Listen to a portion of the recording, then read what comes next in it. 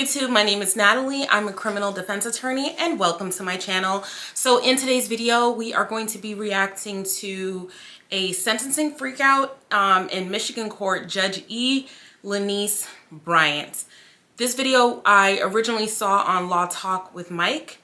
I have not watched the video all the way through yet. I've just seen little bits and portions of it. If you see me looking this way, it's because I got a new camera and there's a viewfinder over there. I might have to close it at some point because I keep looking at myself and I know I should stop doing that. So please excuse that. If you're new to the channel, welcome. Please make sure that you like the video, comment, and subscribe. It helps to spread the video throughout the YouTubes. So let's get right into it. 320 assigned counsel for Mr. Lamont Brown. We are appearing by Zoom and we waive being physically present in the courtroom. And your name, sir? Unmute yourself, please.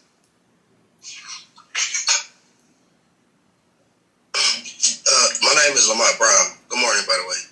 Good morning. Today is the day set for sentencing. The court has had an opportunity to review the pre-sentence report. On behalf of the people, are there any additions, deletions, or corrections? None on behalf of the people, Judge. On behalf of the defense, are there any additions, deletions, or corrections? No, Judge. We reviewed the report last night and there are no additions or corrections. All right. With respect to sentencing, is there anything on behalf of the people? Nothing on behalf of the people, Judge. With respect to sentencing, is there anything on behalf of the defense? Yes, Judge. Mr. Brown is 32-year-old father of 4, ages 8, 6, 4, and 3. His son, the 8-year-old, lives with him on Brentwood in Inkster. It's a stable residence. He's been there 7 years. Pays $970 a month for rent. And significantly, Judge, he's the owner and operator of 4 Brown's Cleaning Company, which power washes cars, boats, deep cleans homes, and cares for their lawn care needs also. He's prepared to pay his court costs for today and his arrearages forthwith to the court. All right. Would your client like to make a statement on his own behalf? Yes, he would. Okay, so that was a pretty standard what's called mitigation for your client. So they already had a pre-sentencing report. The prosecution in Michigan, they're called the People. They decided to submit on what was in the pre-sentencing report. And what Miss George did was a very standard and thorough mitigation for the client. Talked about the background of the client. It's clear that payment's going to be an option here, so his ability to pay, the fact that he has a business to run, children to take care of, those are the type of things you want to tell the court in order to either lessen or avoid altogether your client going to jail. The more ties to the community that they have, the more responsibilities that they have, and the more it seems like they're not going to commit the same offense again, the better off it is for your client. So this is a very good sentencing in my opinion. Sir? I was just waiting, but good morning, Your Honor. Pretty much like she said, I really don't get in trouble like that. It was just a driving mishap. So I actually just purchased the truck. Like I work every day. I'm up 6 in the morning every day. Get my kids to school, then I start my business. My hours of operation is very meticulous because I work through all of the night and day, depending on when people need things done. And was asking for leniency on my sentence. And like I said, I'm prepared to pay a fine today. Any type of cost that I can knock out the way. But on my pre-sentencing statements, it was saying about probation, and I was just asking for the courts or judge, is there any way that I can work around it, or y'all could work with me in any type of way due to my work schedule? You know, I ain't really dealt with probation since I was like 19. So that's what I really remember, like going down, checking in, and calling every morning to determine when I come in or not. Because I just want to get this over with so I can get back to my regular life and finish and prospering. All right. So, what the client just did, Mr. Brown, is allocution. So that's what he says himself about the sentence that, he wants to impose. Usually it's a time to express remorse. That's always very helpful. These are driving infractions, but still, they're serious enough to carry jail time, probation, things like that. It looks like the pre-sentence report suggests probation, and he takes issue with that or recommends probation. And so he made a case for why he doesn't believe that he should get probation. I don't really think, honestly, what he said was too bad so far. The only thing is that it was maybe minimizing what he was in court for. And judges don't necessarily like that, but it really wasn't that bad. Like, at this point, I wouldn't be like grinding my teeth sitting next to him as my client. The court is ready to impose sentence, and I will do so as follows. The court will accept the recommendation from probation for probation. I'm going to reduce the months to 12 instead of the 15 that they recommended, and that puts us in November of 2022 with a final review date of November the 4th. With the following terms and conditions: you shall not violate any criminal law of any governmental unit. You must not leave the state without consent of the court. You must make a truthful report to probation on a monthly basis, or as often as they require, in person, in writing, over the phone, or via Zoom. You must notify probation immediately of any change of your address, phone number, or employment status, and you must pay the following fines, costs, and fees. The court is going to impose, as to each counts 1, 2, and 3, the mandatory cost on each count of $210. On count 1, the license plate unlawful use, the court is going to impose. Judge, count 3 was dismissed. Excuse me. No, sir. No, sir. No. So after the judge has given you the opportunity to state what you needed to say in your allocution, once the judge is rendering their decision on the sentence or issuing an order after hearing argument is done. There's no more time for argument after the judge has given you your time to state your side of the case. And it seems like here the judge did give him a bit of a grace. So they asked for 15 months of probation. The judge only gave 12 months of probation. The client wanted none at all.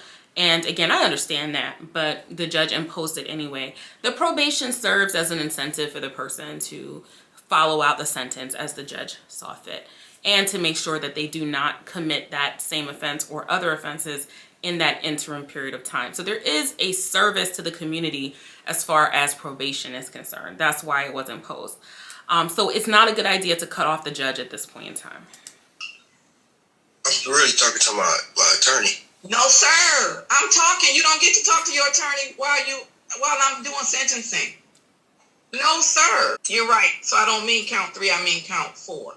So it's counts 1, 2, and 4. Correct. Thank you. Okay. All right. So, and then on count 1, the court is going to impose a $250 fine. On count 2, the court is going to impose a $200 fine. And on count 4, the court is going to impose a $175 fine. With respect to the probation oversight fees, the court is going to assess those fees on count 1. Probation oversight fees are $35 per month. The total 12 months is $420. Additionally, the court is going to impose the pre-sentence investigation fee onto count 1. The total fines, costs, and fees on count 1 is $980. On count 2, $410, and on count 3, Count 4, Judge. count 4. Thank you, counsel. I'm sorry. You're good. It's $385. The total fines, costs, and fees is $1,775. You have the duration of probation to pay that amount. That's a lot. Additionally, you shall not use or possess any illegal substance. You shall not use or possess any marijuana without a valid medical marijuana card. You shall submit to random urinalysis and pay the outside agency directly. The court notes that you failed to appear for your drug screen that was ordered by probation. Had you appeared, sir, it is my turn. And a way to get there. It is my turn. So y'all didn't let me it's talk. It's my turn. If you keep, I let you talk. I said, do you want to make a statement? And you did. And now it is my turn. It is my turn. Stop interrupting me. You know, I see a lot of people having this problem in Zoom court in particular, but so I'm talking about myself in virtual court. I've seen people having a hard time with cutting off the judge. I know it's difficult, especially, what I mean with that is, you know, civilian witnesses, defendants, I see them having a tough time with this. You cannot cut off the judge. It does not help your case. It's never going to help your case. And when given the opportunity to make your statement, say everything you need to say then, even if you don't agree with the judge's ruling, if you're in a trial court, you have the right to appeal almost any ruling or verdict, an application to modify your sentence. There's so many things you can do post-trial, but as the judge is delivering their sentence, it's not going to change it by interrupting them, and it might make it worse by interrupting them. So it's just not a good idea. And if you want to make another statement, you will do so when I give you the opportunity to. But you will not interrupt me.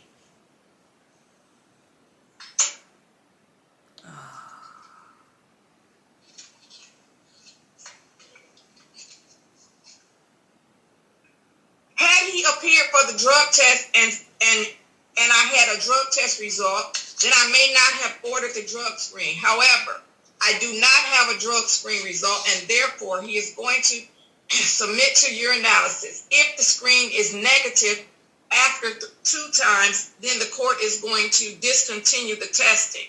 Additionally, I'm not going to order the 20 days of community service as recommended by probation. I am going to order, and I'm also not going to order the no alcohol. I am going to order that he pay all outstanding tickets in full.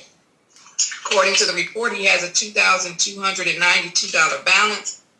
Additionally, he's going to attend the driver improvement program, and he shall not drive without a valid license. So I don't know how he's getting around in the middle of the night and doing all of this cleaning cars and stuff and whatnot, but he shall not drive without a valid license. If he receives another driving infraction while he's on probation, that is a violation of his probation. There is an opportunity for early discharge from probation. I thought so. If all of the terms and conditions of probation are met. And then the court is also, of course, going to order that he shall clear up all 14 of these outstanding warrants that he has at 36th District Court and 19 and one at 19th District Court. And then he has one at 16th District Court and one at 43rd District Court. That's a lot of outstanding warrants. Are those all for traffic-related matters? Wow, he really should be quiet. It's a lot of outstanding warrants. Oh, and this first one is from 20th District Court and 18th District Court and 22nd District Court. He has 14, 15, 16. He has at least 16 outstanding warrants. He has at least 16 outstanding warrants. He shall clear up those outstanding warrants, or that will be a violation of his probation. The court is going to set a review date for February the 4th at 9:30 via Zoom. We are going to mail a copy. Probation will contact Mr. Brown at the phone number that ends. Is there anything further at this time on behalf of the prosecution? Yes. On behalf of the prosecution.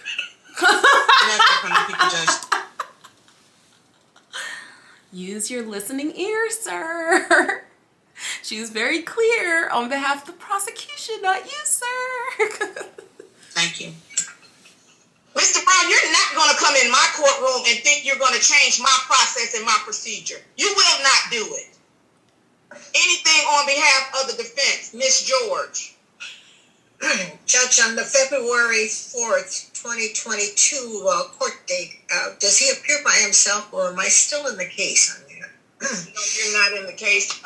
Your appointment ends at sentencing. Okay, Judge. All right, and then Mr. Brown, what is it that you would like to address the court with? Like when I was talking to my attorney yesterday, and like I was telling her, even with the probation, is there any way I could just pay the fine and be done with it? Because I'm gonna be honest with you, I'm gonna fail the probation. Okay, well then let's just come on in and go to jail. It's gonna come. Oh, oh my gosh. First of all, Miss George is remaining the consummate professional. The prosecutor is being very professional. Obviously, if you're the prosecutor, you don't want to even get involved in this. It doesn't have nothing to do with you, so you don't want to say anything. But the defense attorney is being very professional at this point in time. But you have to think of probation as a trade-off for jail. Probation is a grace, okay? And I tell clients this, that if they don't believe that they can do probation, they don't think they can comply, some people just can't do it. Like, they cannot, consistently go in to see an agent, get tested, stuff like that. And they prefer to just spend time in jail. And then when they get out, have nothing hanging over their head. And for sometimes these like minor, and when I say minor, I don't mean it's not serious. I just mean that it's not a murder, so these minor traffic cases, sometimes for these types of cases, judges will say, if you can't do probation, then you can go to jail. And I have actually, rarely, but it's happened, had clients say, you know what, I just prefer to go to jail. And they go to jail for some period of time, and then they get out and they're no longer on probation. Say they pay the money sometime after, they get a deadline to pay the money, and then that's it, right? In this case, he's thinking that he's going to avoid jail and probation, and that's just not going to happen. It doesn't seem like with this judge in particular. And it seems like he has a lot of aggravating circumstances in his case that led to the recommendation that he get 15 months of probation on traffic offenses. It's going to come, the decision between, because I'm by myself. I got to make money to support whatever I'm doing. And it's going to be coming between me having to go to work and me having to go to probation. So I ain't saying, yes, I should be punished for what I've done, but the probation terms is like, and then you factor in things that have nothing to do with my case. Even with my tickets, most of my tickets have been thrown out. I have paperwork from the Secretary of State. They threw a lot of my infractions out. That's not the right number you got, you saying. They threw a lot of my infractions out. Well, you pled guilty to them, sir, so it's a little too late for that.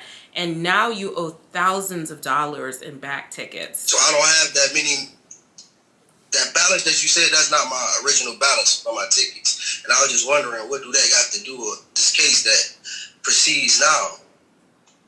Oh, even with me having to, even if we get on a probation, having to go pay this, having to go pay extra to go, that's kind of hard for a person. That's kind of hard. That's going to be hard for me. I'm by myself. That's going to be very hard for me. It's a punishment. It's supposed to be hard. You could be in jail. That would suck. I'm not unsympathetic to the difficulties of being on probation. It's very tough. But with him having all those outstanding warrants, some judges would just lock him up. And then the warrants could be served on him while he's in jail. Oh, the judge. That's going to be very hard for me, man. She's so mad. I'm by myself, 4 kids. I got custody of my first kids. I'm a football. So, Ms. George, let me ask this question. Let me ask this question. Stop talking when I start talking. Zip. So, when the plea was taken, and maybe I'm not clear, because I didn't take the plea. It was taken on the felony docket. Is Mr. Brown suggesting to me that the judge, at the time they took the plea, did not advise him that for each count, it's a penalty up to 93 days in the Wayne County Jail, up to $500 in fines plus costs, and up to 2 years probation? Was that explained to him when he took the plea? Oh, yes. That he pled to 3 misdemeanors? Correct. And that they are punishable by up to 93 days in the Wayne County Jail and up to $500 in fines plus costs and up to 2 years probation. Was that explained to Mr. Brown when he took the plea? Yes. This means your pleas are falling on deaf ears. Everything was followed according to the law. You were advised accordingly, and you voluntarily pled guilty being advised accordingly. It's very hard to argue for a sentence far underneath what is recommended when you voluntarily entered into a plea and knowingly entered into a plea. Judge, and the felony was dismissed. in lieu of a misdemeanor plea. Okay, so then I'm confused by your statement, Mr. Brown. So here's where we are. Ma'am, I don't know what you... Sir, you're not going to keep interrupting me.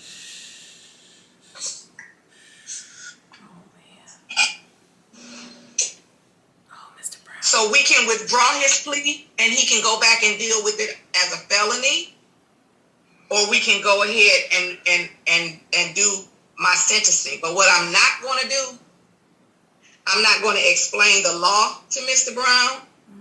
I'm not going to explain why you can't be walking around with 16 outstanding warrants for your arrest. They no longer... In a minute, I'm going to start adding some jail days. Oh. That's what I'm going to start doing. Oh. I'm not going to explain why you can't walk around with 16 open warrants. Yeah.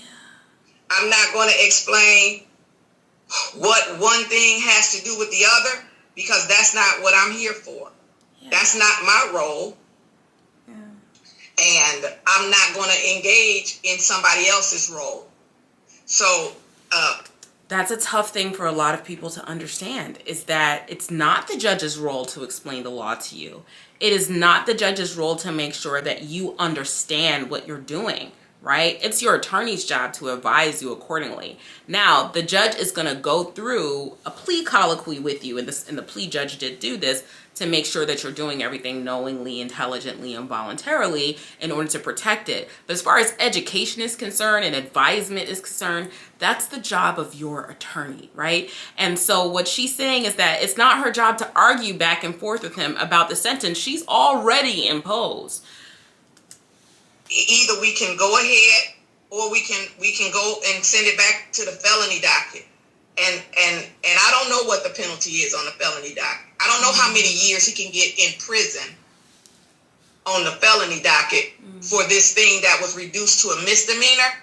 But it is clear that these 3 counts that he pled to are an inconvenience to his way of living. And all I can say is that probation is an alternative to jail, and jail is an alternative to probation.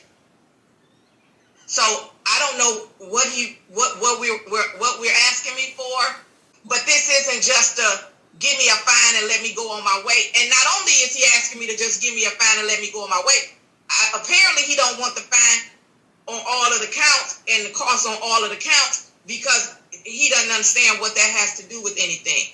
So I'm not here to explain myself. He'll be in such a worse position if the plea is withdrawn, because he's pretending like he doesn't understand what's going on, because then he'll be facing the felony charge. And with the felony charge, you are more than likely looking at jail time. I'm here to impose sentence. So either we want to go ahead and do the sentence and try to work the probation, or we want to go ahead and withdraw the plea, take it back to the felony docket, and handle it as a felony. Don't do it. Because I'm confused. Miss George? Judge, I'm sure he can work it out with probation to report by Zoom or by mail or something. I'm sure it's workable. Well, of course it is, because everybody else is working it. I'm sure it is. It's something that he's not going to do. He just said he's going to fail the probation. And when he fails the probation, because he has made up in his mind that he's going to fail the probation, then it's going to be jail. So it's no sense in doing that. Let's let him go back now, since he's already made up in his mind that he's going to fail. And when you come out the gate with a defeated attitude, then there's nothing that you're going to be defeated. Judge, you gave him an option to close him out early if he gets everything all cleaned up. I sure did. And but then he was you can't do any better than that. You can't do any better than that. Well, I didn't think I could, but apparently I can. Apparently I can do better. The attorney is trying to impress upon her client that this is the best you're gonna get. And the judge is telling him, you're talking yourself into jail, sir. And correct me if I'm wrong. Are there 3 counts?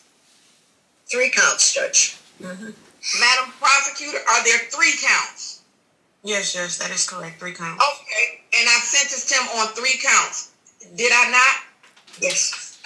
Okay. Mr. Brown, since you think you're going to fail, would you prefer to just go to jail, sir, or what would you want me to do? Ma'am, this is what I said. I said the stipulations, it's going to be hard. I might fail. That's what I said. No, you didn't say I might fail. He said he was going to fail, which means I'm not going to try because I don't want to do it. I've been on probation since I was 19 years old. So I'm misremembering for me going to probation at 19. And you don't think we do anything different from since you were 19? I've been in this type of stuff since I was 19. You get what I'm saying? No, I don't, and I don't want you to talk to me like that. I don't get... He's very rude. And he's, you know, he thought at the beginning that he was being polite, but I actually found him to be rude from the very beginning. You know, like, oh, yeah, well, good morning anyway type of thing. He has an attitude problem, and he's really going to need to fix that because it comes across to the judge.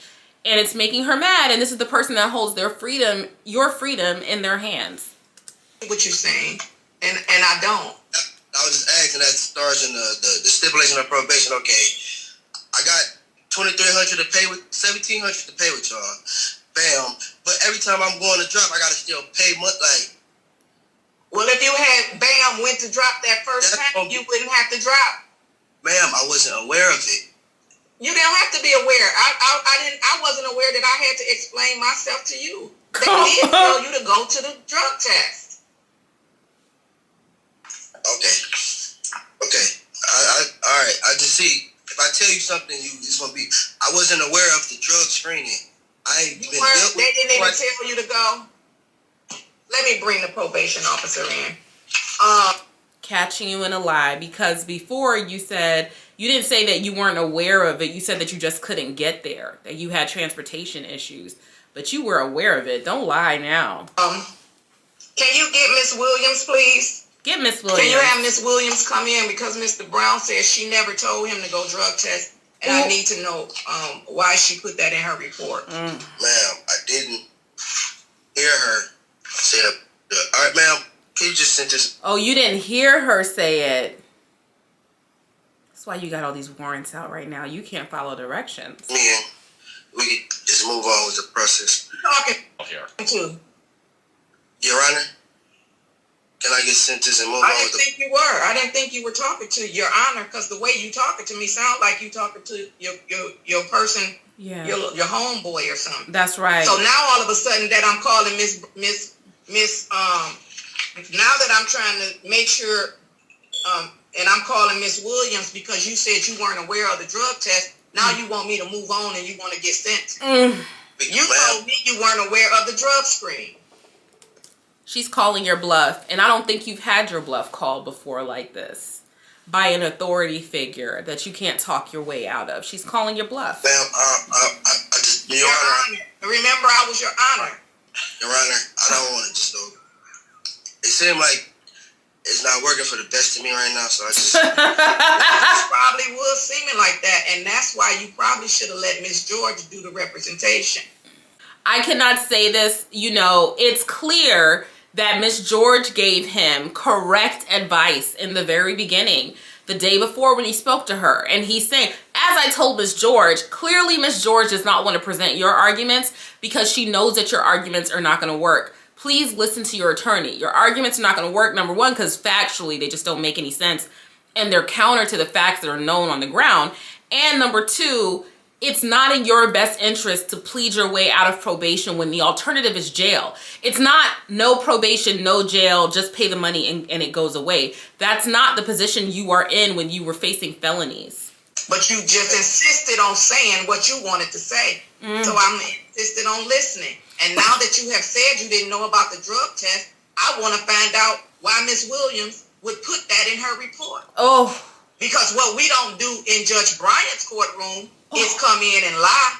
And so certainly why would she put that in the report? Certainly, she needs to be written up for putting that in a report that she ordered you to go to the drug test. Certainly, she needs to have her supervisor notify that she is putting false information in a report, because no one will submit a false report to me and I not address it.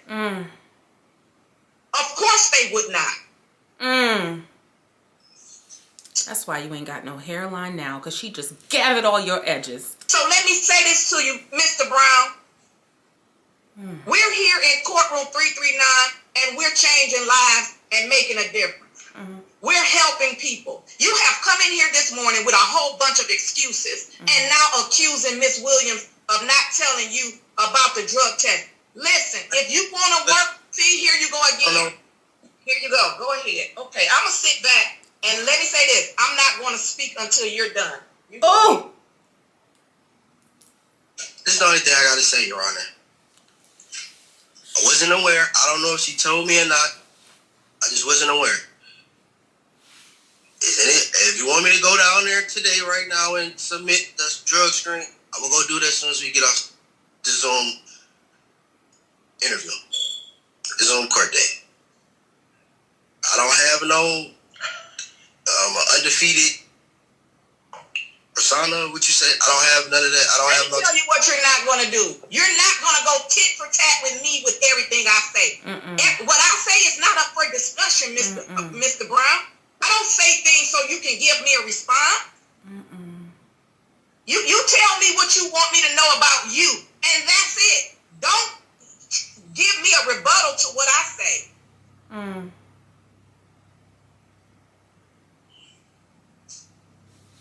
He didn't even understand what she just told him. He didn't even understand that. Okay.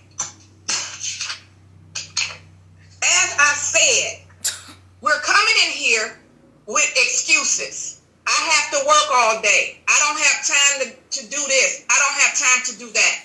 You have 3 counts on a case that started out as a felony. We're going to figure out how to get it done. We're going to figure out if we can pay the money or not, if we need a different alternative. We're going to get it done. But what we're not going to do is come in with my experience from 10, 15 years ago on a probation that Judge Bryant wasn't presiding over and interject these things into my courtroom. So we're going to just try to get it done. Like everybody else does, right? And then we're going to not think that we have the equal opportunity to everything that the judge says. I'm going to respond and rebut. That's not going to work out good for you. No. That's not going to work out good for you. So we're going to work together to get this probation done, to get these fines and costs and fees paid. I don't know if they went over the advice of rights form or on the felony docket. That wasn't me, but they should have. And if they had, it would have said, if you can't pay the fines, costs, and fees, you notify the court, and then they'll try to do something different. That's what the advice of rights form should have said. But I didn't take the plea. I pride myself on. I'm not your average judge. I don't know what you're used to, but if you come in here and you want to be argumentative and combative, every time I'm going to win the argument. Every time. Clearly. Look at Miss Williams. They called her and she showed up. Miss Williams, he backtracked now. He backtracked. He backtracked, Miss Williams. Thank you for coming in, though. Put your name on the record for the record. Dawn Williams on behalf of the probation department. Good morning, Your Honor. Good morning, Miss Williams. I was just gonna try to verify, but he changed his mind because you put in a report that that on October the 11th. Did they tell you which case this is regarding? Yes, this is Mr. Lamont Brown. Yeah, you put in the report on page 6 that on October 11th, 2021, the defendant was given verbal and written instructions to screen for alcohol and drugs at ATS by October the 13th. And then he had forgot because he thought that he wasn't aware of the drug screen. And I wanted to know why you would put that in the report if it wasn't true. But I think he remembered. So I appreciate you coming in, though, Ms. Williams, because I wanted you. I didn't want somebody to, I wanted you to have an opportunity to speak on it. But he remembered that you did tell him and that you did give him a paper.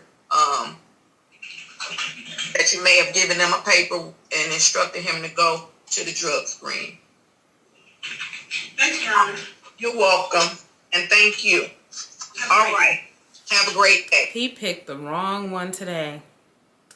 So I gave the review date of February the 4th at 9:30 on Zoom, and he's going to be assigned a probation officer in a short time frame. And if he does not receive that, he can call the courtroom. If they don't reach out to him, he can call the courtroom. And Ms. Muldrow will be more than happy to let him know who the probation officer is. Is there anything further for this record? No, Judge, thank you. Nothing from the people, Judge. Thank you. All right. Then we're all set. Mr. Brown, you have a great day and stay safe. I would love to know what you guys think in the comments section down below. And I will talk to you later. Bye.